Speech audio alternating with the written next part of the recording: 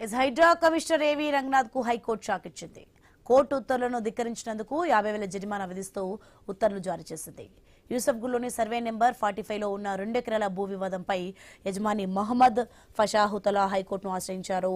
ఈ కేసులో న్యాయస్థానం యథాతథ స్థితిని స్టేటస్ కో కొనసాగించాలని గతంలోనే ఆదేశాలు ఇచ్చింది.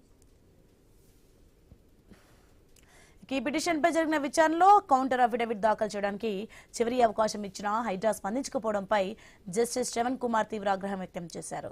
స్టేటస్ కోను ఉల్లంఘించడాన్ని తప్పుబడుతూ కమిషనర్కు జరిమానా విధించారు. ఈ మొత్తాన్ని చీఫ్ జస్టిస్ రిలీఫ్ ఫండ్ కు చెల్లించాలని, ఆ తర్వాతే కేసులో కౌంటర్ అఫిడవిట్ ను స్వీకరించాలని ఆదేశాలు జారీ చేశారు.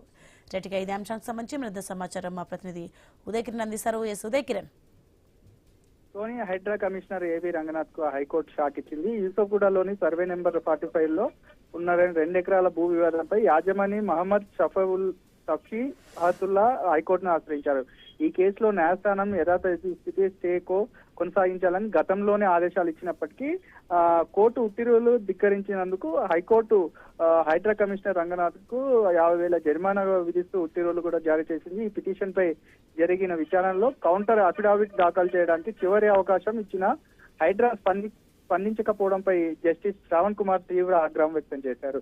స్టేటస్ కోను ఉల్లంఘించడాన్ని తప్పుపడుతూ కమిషనర్ కు జరిమానా విధించారు. ఈ మొత్తాన్ని చీఫ్ జస్టిస్ రిలీఫ్ ఫండ్ కు చెల్లించాలని చెప్పేసి హైకోర్టు కూడా తెలియజేసింది. ఆ తర్వాతే కేసు కౌంటర్ అఫిడవిట్ ను స్వీకరించాలని చెప్పేసి ఆదేశాలు కూడా జారీ చేసింది. దీనికి సంబంధించిన రంగనాథ్ హైడ్రా కమిషనర్ రంగనాథ్ ఏ విధంగా స్పందిస్తారనేది కూడా మనం వేచి చూడాల్సిందే. దీనికి సంబంధించిన ఇప్పటికే హైడ్రా పేరుతో కూడా హైదరాబాద్ లో అనేక చోట్ల కూడా ఇండ్లను కూలగొట్టడం లేదు అని అంటే ప్రభుత్వ స్థలాలను ఏదైతే కబ్జా చేసిరో వాటిని తిరిగి ప్రభుత్వానికి అప్పచెప్పడం లాంటి పనులను కూడా హైడ్రా చేస్తుంది. కాబట్టి ఈ హైడ్రాకి ఒకసారి హైకోర్టు షాక్ ఇచ్చిన నేపథ్యంలో తదుపరి కార్యాచరణ ఎలా ఉండబోతుంది అనేది మనం చూడాలి. సోని, right, thanks for information Uday.